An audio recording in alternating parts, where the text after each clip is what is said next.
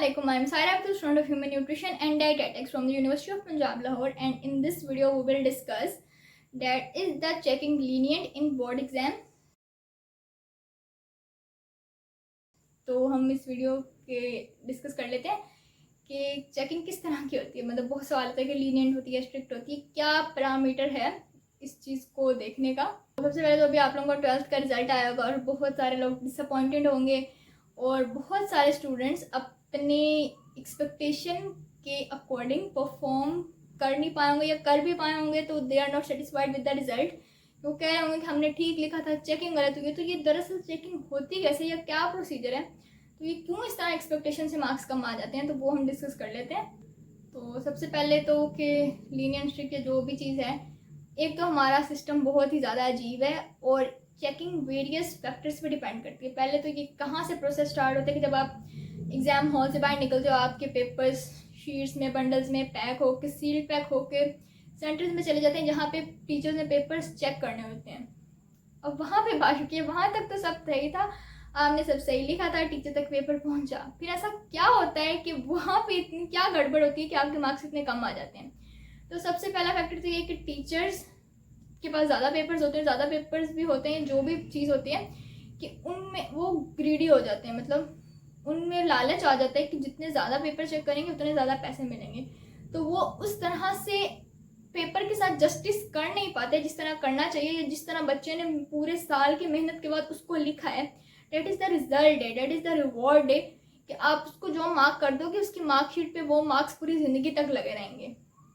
लेकिन वहाँ पे टीचर्स क्योंकि थोड़ा जल्दी में होते हैं तो वो पेपर उस तरह से चेक नहीं कर पाते। अब इसके वेरियस फैक्टर्स हो सके, आपके मार्क्स क्यों कटे, किसी और के क्यों नहीं कटे, तो वो चीज़ें थोड़ी। अब टीचर्स इतना प्रेजेंटेशन पे क्यों फोकस करते हैं, बिकॉज उनको इस चीज़ का आइडिया होता है कि जब वो भी आपके क्लास के सिर्फ 30-40 या मैक्सिमम 45 पेपर चेक कर रहे होते हैं तो उनको आइडिया होता है कि एक पेपर पे आप कितनी या आप कितने ही पेपर उस ही फोकस से चेक कर पाओगे।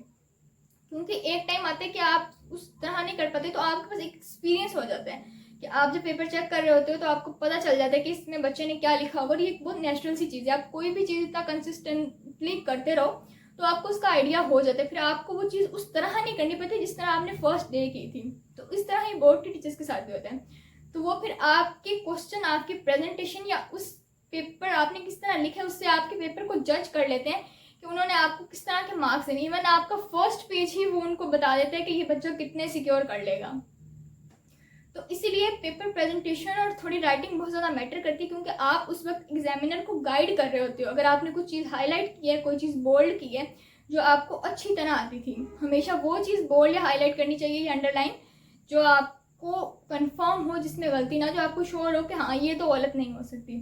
तो in this way you are guiding the examiner कि मेरा पेपर यहाँ से चेक करो। ऑब्वियसली जो चीज़ आपने बोल्ड कर दी है विद द मार्कर तो उसके ऊपर ऑब्वियसली टेंशन जाएगी ज़्यादा, तो वो वहाँ से आपका पेपर चेक करेगा या उसकी ज़्यादा टेंशन उस पार्ट पे जाएगी तो आपके मार्क्स इंक्रीज होने के चांसेस ज़्यादा हैं। जिनके मार्क्स थोड़े कम आ जाते हैं उनका यही सीन होता है कि वो प्रेजेंटेशन पे या राइटिंग पे इस तरह की चीज़ों पर इतना फोकस नहीं करते और फिर एट द एंड जब पेपर ज़्यादा होते हैं उनका पेपर्स दूसरे पेपर्स की निस्बत वो सप्रेस होकर रह जाता है उस चीज़ में और फिर उनके मार्क्स एक्सपेक्टेशन से कम आ जाते हैं। अब इतने सारे सब्जेक्ट में अगर आपके थोड़े सब में से कम होते जाएँ तो वो रिजल्ट पे थोड़ा बड़ा असर पड़ जाता है और फिर एज अ रिज़ल्ट आपके मार्क्स एक्सपेक्टेशन से कम आ जाते हैं। तो ये फैक्टर्स होते हैं और आप इसको इसी तरह मिनिमाइज कर सकते हो कि पेपर प्रेजेंटेशन को बेटर करो और कोशिश करो कि आपके मार्क्स कहीं से भी वो ना काटने, एग्जामिनर को मौका ही ना दो।